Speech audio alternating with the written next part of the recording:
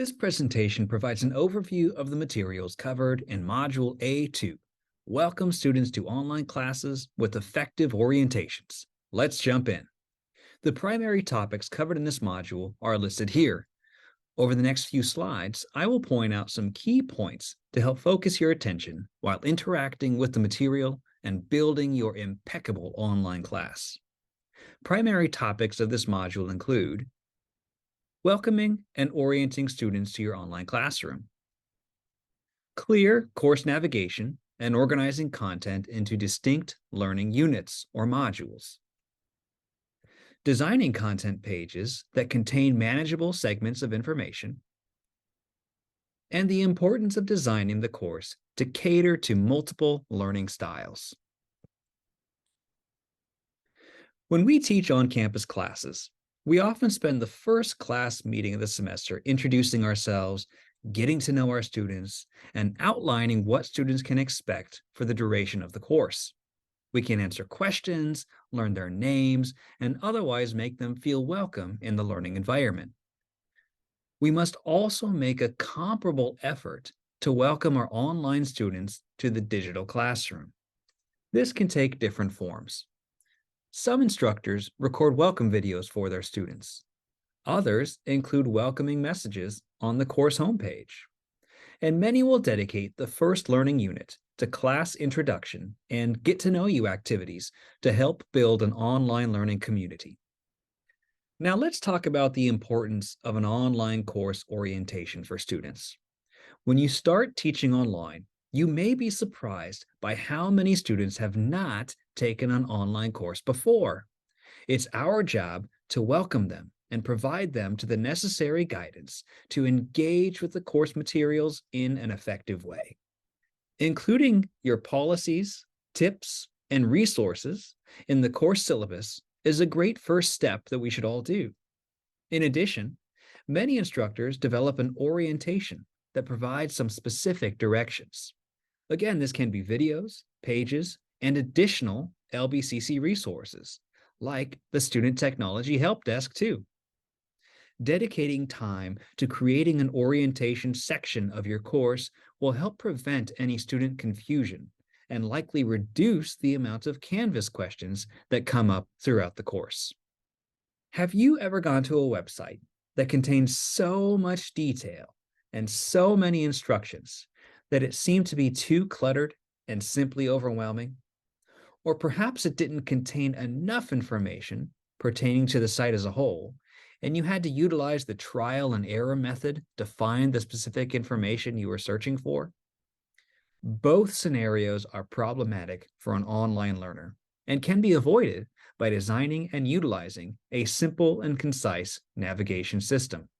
In short, the navigation and content flow should be easily determined by the user. Fortunately, Canvas makes this relatively simple for us to create. This is one reason why it is vitally important to receive as much training as you can about Canvas, especially from the student's perspective. How will they view the information? How many times will they have to click in order to access the material you have provided? Be sure to employ the student view option when building your course to test out the navigation. Think of it as if you were driving. The fewer turns you have to make, the sooner you will arrive at the destination.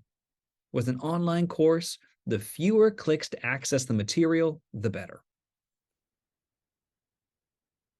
A key aspect of good instructional design is the concept of presenting information in manageable chunks that make the content easier for the learner to retain. People nowadays are used to receiving information in short video clips and sound bites. This is a principle to consider as you are deciding how best to present the instructional content in your course.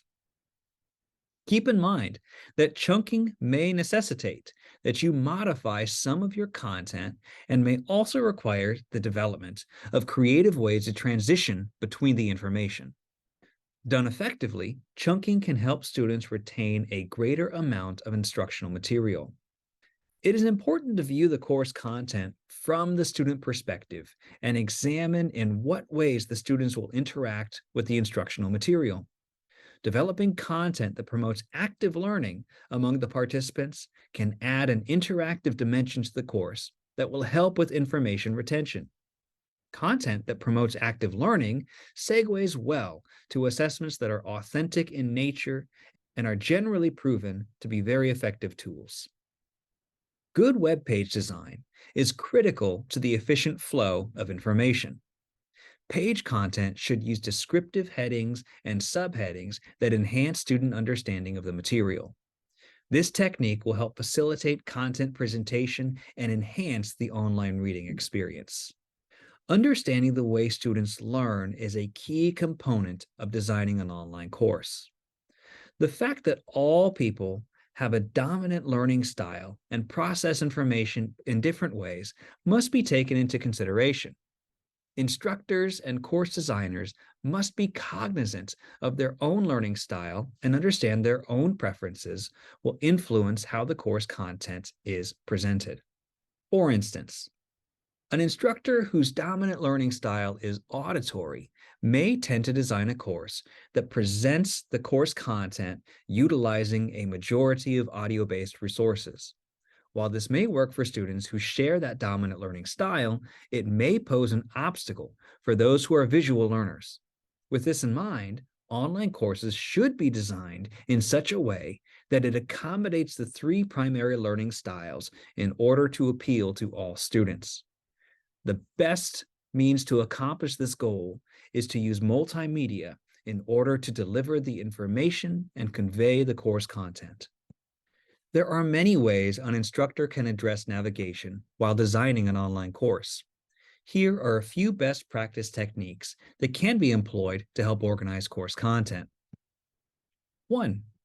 Be consistent with the placement of navigational links.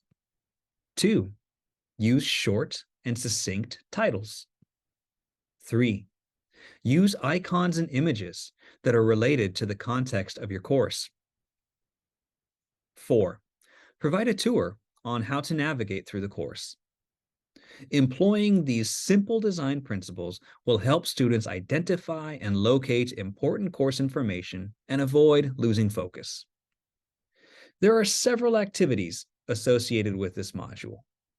First, review the supplemental reading and support materials. Second, review the examples provided for student-ready course navigation. Thirdly, apply the information covered in this unit by completing the A2 development deliverable, in which you will create an online course orientation outline. Thank you for watching. Please continue this module and contact the course facilitator with questions.